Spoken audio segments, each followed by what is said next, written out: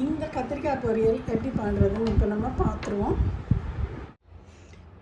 இங்கே பாருங்கள், நான் இந்த கத்திரிக்காய் எடுத்து வச்சுருக்கேன். இப்போ இந்த தண்ணியில் இந்த கத்திரிக்காயை நறுக்கி போட்டுக்கிறோம். காம்பு ஃப்ரெஷ்ஷாக இருந்தால் போடுங்க, இல்லைன்னா அது கொஞ்சம் வேக லேட் ஆகும். வேணாம்னா விட்டுருங்க. இந்த மாதிரி 4 போட்டு இந்த தண்ணியில் போட்டுகிட்டே வாங்க. எல்லாத்தையும் நறுக்கிட்டு காமிக்கிறேன். இங்கே பாருங்கள், நம்ம பிஞ்சாக இருக்க கத்திரிக்காய் மட்டும்தான் நம்ம நறுக்கியிருக்கோம். இது வந்து உள்ளே அந்த மாதிரி ஒரு மாதிரி கலர் மாறினது, இதெல்லாம் வந்து தண்ணி இஞ்சினதாக இருக்கும். அதெல்லாம் நல்லா இருக்காது. முத்தல் புழு இந்த முத்தல்லாம் போட்டிங்கன்னா நல்லா இருக்காது. அதனால் போட்டேன். புழு இதெல்லாம் போட்டுட்டு வெறும் இதை மட்டும், இதை வந்து நான் ஒவ்வொன்றும் 4 நறுக்கியிருக்கேன். ஒன்று சின்ன கத்திரிக்காய்னா 2 நறுக்கியிருக்கேன். இந்த மாதிரி நறுக்கிக்கோங்க. இப்போ வாங்க வதக்கணும். இது அடுப்பு ஆன் பண்ணிவிட்டு கடுகு உளுந்து தாளிச்சுக்கலாம். கொஞ்சமாக எண்ணெய் விட்டு உளுந்து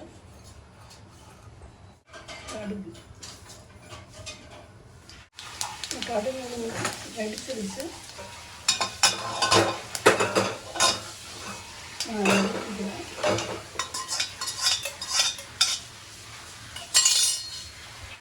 இப்போ நம்ம அடுப்பு ஆன் பண்ணியிருக்கோம். கொஞ்சோண்டு எண்ணெய், இது நான் கடலை எண்ணெய் ஊற்றுறேன். வேணுங்க ஊற்றிக்கலாம். நிறையா ஊற்றணும் தேவையில்லை. சட்டியில் வெறும் எண்ணெய் மட்டும்தான் இருக்குது. நம்ம ஏற்கனவே கடுகு உளுந்து தாளிச்சது கிடக்கு. இப்போ இந்த கத்திரிக்காயை இதில் போட்டுருவோம்.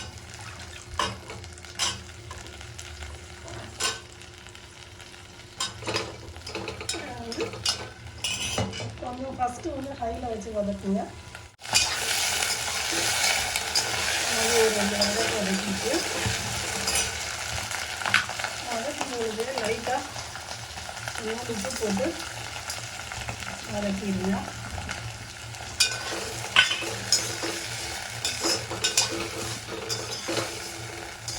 கொஞ்சம் ஹையும் கொஞ்சம் சிம்முமாக வச்சு 2 விதமாகவும் வதக்குங்க. இப்போ நான் கொஞ்சம் சிம் பண்ணிக்கிறேன். திருப்பி வந்து ஹை பண்ணி கொஞ்சம் வதக்கி விட்டுட்டு அப்புறம் கொஞ்சம் சிம்மில் போடுவேன். இந்த மாதிரி பண்ணுவேன். இதில் 2 மிளகாயும் சேர்த்து போட்டுக்கிறேன்.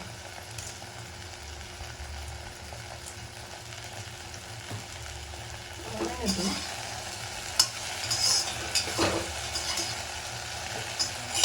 போட்டு கொஞ்சம் மூடி வைங்க. இப்போ பார்ப்போம்.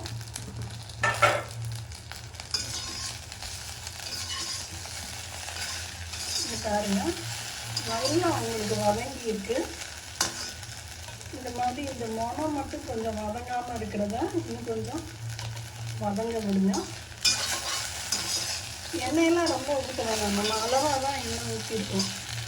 இந்த மாதிரி நல்லா பேக் சைடு நல்லா அந்த மாதிரி முருகலாக ஆரட்டும். நம்ம வந்து அந்த வதங்காத இதை திருப்பி அந்த அடி பகுதியில் படுற மாதிரி வச்சுக்கோங்க. இந்த மாதிரி வச்சு கொஞ்ச நேரம் க்ளோஸ் பண்ணி திருப்பி கொஞ்சம் ஹை லோ அடுப்பை மாற்றிக்கோங்க. இப்படி பாருங்க, நமக்கு நல்லா கருகெல்லாம் இப்படி தொட்டாலே பஞ்சு போல் உடையுது. இந்த சட்டியிலே இருந்துச்சுன்னா இன்னும் கொஞ்சம் நமக்கு வந்து அந்த கொஞ்சம் வேக்காடு கம்மியாக இருக்கிறது கூட வெந்துடும். பாருங்க, முருகெல்லாம் எப்படி வந்திருக்குன்னு. இப்போ இதில் நான் அந்த தேங்காய் கொஞ்சம் போட்டுக்கிறேன்.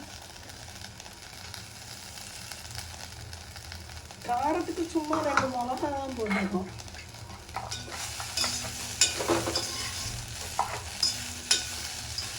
இந்த மாதிரி வதக்கிட்டு சட்டியில் ஒரு 2 நிமிஷம் இருக்கிறது விட்டுருங்க. நமக்கு வந்து கத்திரிக்காய் முடிஞ்சிச்சு. இப்போ வந்து நம்ம வந்து அந்த கடுகு உளுந்து தாளித்து வச்சுருந்தோம்ல, முதல்ல அதை ஊற்றி மிக்ஸ் பண்ணிவிட்டு அடுப்பை ஆஃப் பண்ணிவிட்டு 1 நிமிஷம் இது வந்து மூடி இருக்கட்டும். அப்புறமா வந்து எடுத்துக்கிடலாம். இப்போ நம்ம திறந்து பார்ப்போம். இப்போ நமக்கு அந்த சூட்லேயே இது இருந்தது கொஞ்சம் நல்லா வந்துருச்சு. போதும், கத்திரிக்காய் எடுத்து வச்சுக்கிடுவோம். இது எப்படி வெந்திருக்குன்னு பாருங்கள். இங்கே பாருங்கள், அந்த கத்திரிக்காய் இருக்குல்ல, அமுக்குனாலே நல்லா சாஃப்டாக தான் வெந்திருக்கு. நம்ம தண்ணி ஊற்றிலாம் வேக வைக்கல, வதக்கி தான் வச்சுருக்கோம். இப்போ எப்படி டிஸ்பிளே பண்ணுறதுன்னு பார்ப்போம் வாங்க. நமக்கு இப்போ செம்ம எம்மியான கத்திரிக்காய் பொரியல் ரெடி. செம்ம சாஃப்டாக, செம்ம சூப்பராக இருக்கும்.